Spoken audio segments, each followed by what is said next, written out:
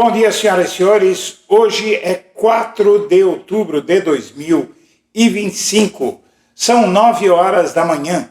Minha amiga, meu amigo, circula pela internet um grande volume de informação, até supostos relatórios da Polícia Federal, análises, muita coisa está sendo dita, inclusive por juristas mesmo, consultados, políticos que acreditam firmemente que Eduardo Bolsonaro e Flávio Bolsonaro têm feito ameaças iguais sobre uma tentativa de uso da força, como disse o Flávio Bolsonaro, e de melar as eleições do ano que vem e, na verdade, não tentar mais nada pelo jogo democrático e partir para a força bruta para conseguirem o que não estão conseguindo através do processo legislativo ou de ações na justiça.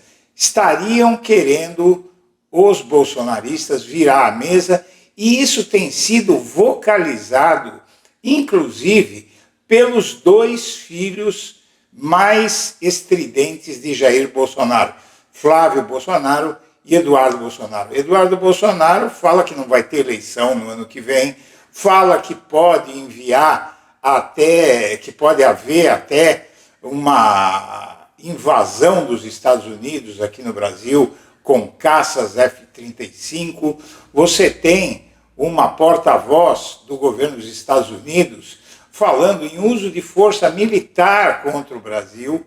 Você tem também Flávio Bolsonaro dizendo que se o STF não aceitar o indulto de um possível presidente eleito pelo bolsonarismo em 2026, teria que usar a força contra o STF. Há muita coisa circulando, e uma coisa você pode ter certeza: ninguém está achando que a tentativa de golpe de 8 de janeiro já acabou. É um golpe continuado e, além de tudo isso, há um plano de uma nova intentona. Isso parece cada vez mais claro, e essa vocalização de Eduardo Bolsonaro sobre não haver eleição ano que vem, tudo isso parece algo um tanto quanto ridículo, porque o Trump não teve força para mudar nada no Brasil até agora. Não teve. Porém, algumas coisas que eles disseram, o Paulo Figueiredo, o Eduardo Bolsonaro, realmente aconteceram. Estão acontecendo coisas, e essa questão da virada de mesa aqui no Brasil foi até vocalizada pela porta-voz dos Estados Unidos, como você vai ver nesta edição.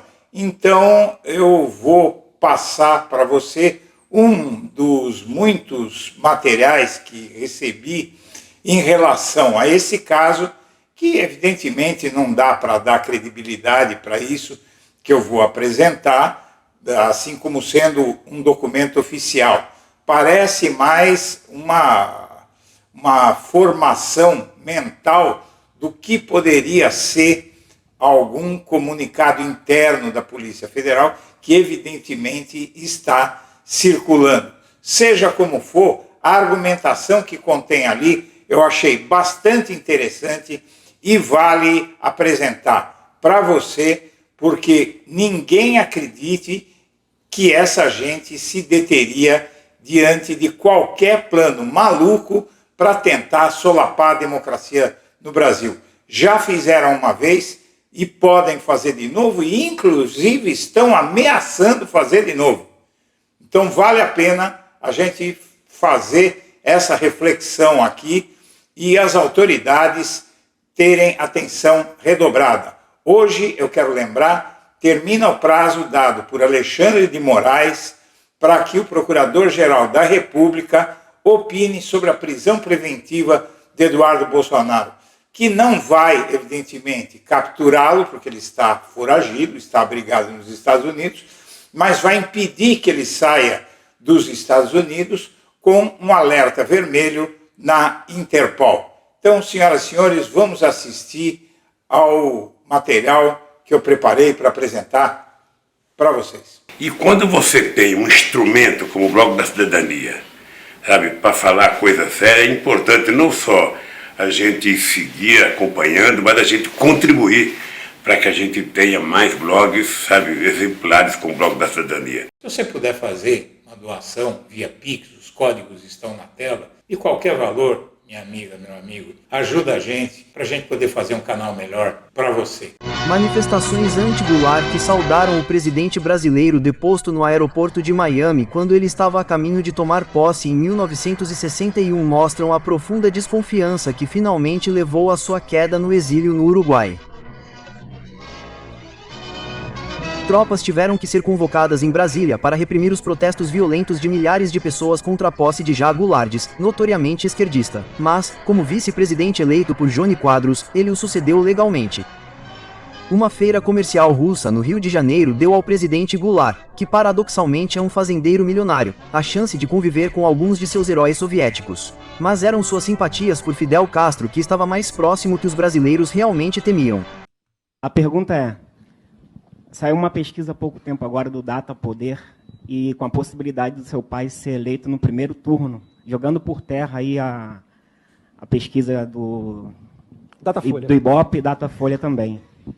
Seu pai sendo eleito no primeiro turno, há a possibilidade do STF, que há uma previsibilidade dele agir e impedir que o seu pai assuma, e isso acontecendo, o Exército pode agir sem ser invocado lá, salvo engano, acho que é o artigo 1º, se isso acontecer? Aí já está caminhando para um estado de exceção, né? O STF vai ter que pagar para ver, e aí quando ele pagar para ver, vai ser ele contra nós. Assim, você está indo para um pensamento que muitas pessoas falam e muito pouco pode ser dito. Mas se o STF quiser arguir qualquer coisa, sei lá, recebeu uma doação ilegal de R$100 do José da Silva, pô, impugna a ação dele, a candidatura dele. Eu não acho isso improvável não, mas aí vai ter que pagar para ver. Será que eles vão ter essa força mesmo? O pessoal até brinca lá, cara. Se quiser fechar o STF, sabe o que você faz? Você não manda nem um jipe, cara. Manda um soldado e um cabo. Of speech is arguably the most important issue of our time. It is enshrined in our Constitution, and the President believes in it strongly. He himself faced censorship in his road back to this beautiful Oval Office here in Washington, D.C., so he takes this very seriously, as does, I know, the Vice President of the United States and the entire Trump administration, which is why we have taken significant action with regards to Brazil in the form of both sanctions and also leveraging the use of tariffs to ensure that countries around the world are not punishing their citizens in this way. And at the same time, the president is, while he's leveraging the United States to safeguard our interests abroad, he's also making sure that freedom of speech remains here in the United States of America. So I don't have any additional actions to preview for you today, but I can tell you this is a priority for the administration, and the president is unafraid to use the economic might, the military might of the United States of America to protect free speech around the world. Indulto, enfim, uma anistia ou indulto ao presidente Jair Bolsonaro seria uma condição para o apoio dele ao candidato da direita de 2026? Além disso, muito além disso, né? Eu acho que a condição para o Bolsonaro apoiar, se não tiver uma anistia, por isso que estou falando, que a anistia é o remédio, é a saída honrosa para todo mundo neste momento ainda dá para fazer. Porque, vamos supor, aconteceu essa maluquice aí de condenar o Bolsonaro. Ele está inelegível, não vai disputar a eleição, ele vai ter que apoiar alguém. Ele não só vai querer apoiar alguém, né, que banque a anistia, ou que banque um indulto, como você falou, não sei qual seria o instrumento, né, a ser utilizado, mas que eles fossem cumpridos. Né, porque a gente tem que fazer uma análise de cenário também, que numa hipótese do presidente da República dar um indulto para o Bolsonaro, o PT vai entrar com um habeas corpus aqui no Supremo e é inconstitucional esse indulto, como o Supremo já fez. Então vai ter que ser alguém na presidência da República que tenha um comprometimento, eu não sei de que forma, de que isso seja cumprido. Mas como? Porque aí eu estou te falando, é uma hipótese muito ruim, porque a gente está falando de possibilidade de força, de uso da força. A gente está falando de possibilidade de interferência direta entre os poderes. É tudo que ninguém quer. E eu não estou falando aqui, pelo amor de Deus, não estou fazendo tom de ameaça, eu estou fazendo uma análise de cenário, que é algo real que pode acontecer ou não pode. O Bolsonaro apoia alguém, esse candidato se elege, dá um indulto ou faz a composição aqui com o Congresso Nacional para aprovar uma anistia, 2, 3 meses isso tá concretizado, aí vem o Supremo falando inconstitucional, volta todo mundo para a cadeia. Não dá. Isso não dá. Certamente o candidato que o presidente Bolsonaro vai apoiar vai ter que ter esse compromisso, sim. Isso já está sendo conversado com os... Não está sendo conversado, que a gente está esperando, né, que a justiça seja feita, que o Bolsonaro seja inocentado. Eu não estou preocupado com a eleição. Se o Brasil não resolver nos próximos meses ou próximas semanas essa crise institucional, não haverá eleição em 2026. Então por que eu me preocuparia com popularidade? Atenção, Brasil. Os filhos de Jair Bolsonaro, Eduardo e Flávio, declaram guerra aberta à democracia. Com o pai condenado a 27 anos por orquestrar o golpe de 2022, minutas de intervenção, sequestros sangrentos de Lula e Moraes, generais traidores como Heleno e Braga Neto, eles agora sabotam 2026. Eduardo grita no X: sem anistia, sem eleição. Flávio ameaça: indulto à força, estado de sítio contra o STF. É vantagem pura, impunidade ou caos, com Trump mandando caças e kits pretos nos quartéis, tramando o próximo 8/1. PF e STF veem o bolsonarismo como máfia que não perde. Milícias digitais, obstrução no Congresso, revolta na reserva militar, mais erosão letal via fake news e sanções yankees. Datafolha grita: 54% rejeitam perdão. Acelera o julgamento de Moraes. Ou 2026 vira ditadura bolsonarista 2.0, urnas ou metralhadoras. Escolham agora. É isso que nós vamos discutir nesta edição.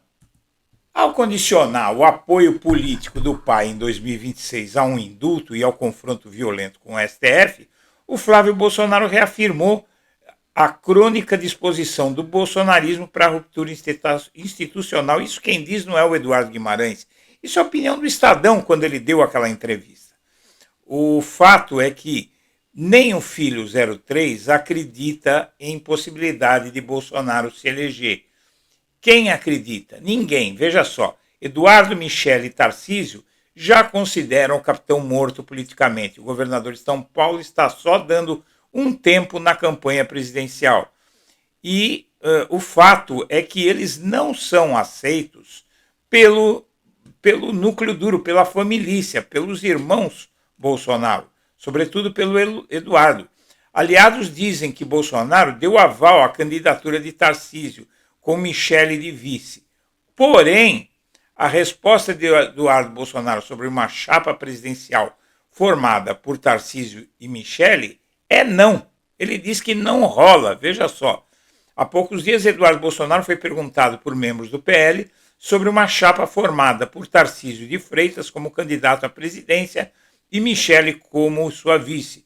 O deputado federal rechaçou prontamente a ideia e deixou claro que segue com o plano de concorrer ao Palácio do Planalto. O Congresso pode aprovar a dosimetria de pena, mas espero que não faça, diz o Flávio Dino. Bom, não tem problema, porque o Eduardo Bolsonaro também não quer dosimetria nenhuma. Veja, não há, a gente vai indo procurando uma saída constitucional, não tem saída. O governo também não quer dosimetria alguma, não é? Pesquisa, porém, aponta que agora, esse dado é de ontem, pesquisa Data Poder aponta que 64% rejeitam a anistia a condenados pelo 8 de janeiro. O índice subiu 13 pontos em 6 meses. Em março, 51 eram contra a anistia, agora são 64. Como você lembra, eu dizia aqui no blog da Cidadania que esse julgamento ia arrebentar o Bolsonaro politicamente. E arrebentou, eles não têm força para vencer eleição alguma. E aí o Eduardo Bolsonaro disse que não vai ter eleição. Veja só, o Trump vive fazendo ameaças. A porta-voz dele fala em uso de força militar para salvar o Bolsonaro. Tudo bem que o Lula está negociando, tal, mas o que a gente tem agora é isso. O Eduardo Bolsonaro, inclusive, disse que Estados Unidos podem enviar caças e navios militares ao Brasil. E diz: eu prefiro a guerra. Ah, é um blefe? Tudo bem, mas veja só, circulam essas coisas aqui fortemente pela internet, gente. Eu não acredito nisso, tá? Eu acho que grupo de WhatsApp, de Telegram, mas o que eu acho que tem um fundo de verdade no fato de que a Polícia Federal está aí, e o STF também estão aí muito preocupados com a possibilidade de uma intentona golpista. O assunto de uma suposta comunicação da Polícia Federal ao Supremo fala em ameaças institucionais às eleições de 2026 por parte de Eduardo e Flávio Bolsonaro e faz análise de riscos, nova articulação golpista, recomendações preventivas. Esse relatório apresenta análise preliminar das declarações públicas de Eduardo Bolsonaro, deputado federal, e Flávio Bolsonaro, interpretadas como ameaças veladas à ordem democrática com potencial obstrução das eleições. As falas condicionam o pleito à concessão de anistia ao Bolsonaro. Investigações em curso pela PF revelam ecos da trama de 2022, com ramificações em redes bolsonaristas, incluindo milícias digitais e círculos militares residuais. E agora foi incluído no inquérito das milícias digitais um processo de ameaças a Moraes, a Flávio Dino, né? Você tem antecedentes aí desse caso, condenação de Bolsonaro, relatórios da PF detalham reuniões no Palácio da Alvorada para matar o Lula, e aqui você tem ameaças atuais, a declaração do Eduardo Bolsonaro abordada: sem anistia não haverá eleição, entrevista à Folha de São Paulo do Flávio Bolsonaro, redes residuais militares, julgamentos pendentes, influências externas, Eduardo pressiona Trump por tarifas, mobilização digital, articulações políticas, e você, por último, você tem aqui essas declarações, essas descobertas que têm sido feitas. Então, realmente, senhoras e senhores, é algo muito preocupante o que está acontecendo, e não tenha dúvida de que não se deve subestimar essa gente.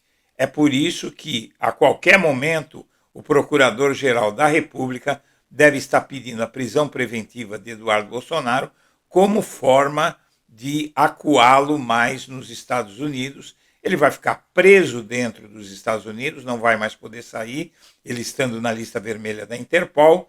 E quanto ao Flávio Bolsonaro, a hora dele vai chegar, não tenha dúvida.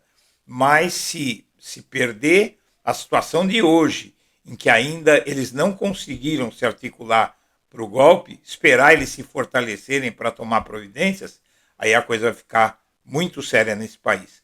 Senhoras e senhores, eu agradeço a atenção e deixo meu abraço para todo mundo.